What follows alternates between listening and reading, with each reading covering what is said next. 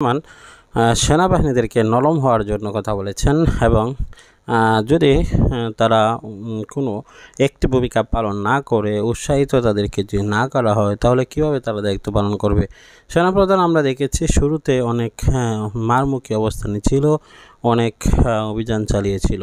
ফখরুদ্দিন আমলেও কিন্তু সেনাবাহিনীদেরকেই কাজে লাগিয়েছিল, কিন্তু বর্তমানে হঠাৎ করে দিন দিন যাচ্ছে আর সেনাবাহিনীদের মধ্যে বিরোধ সৃষ্টি হচ্ছে এবং তারা সেরকম কোনো কাজ করছে না, দেশের জন্য কোনো ভূমিকা পালন করছে না।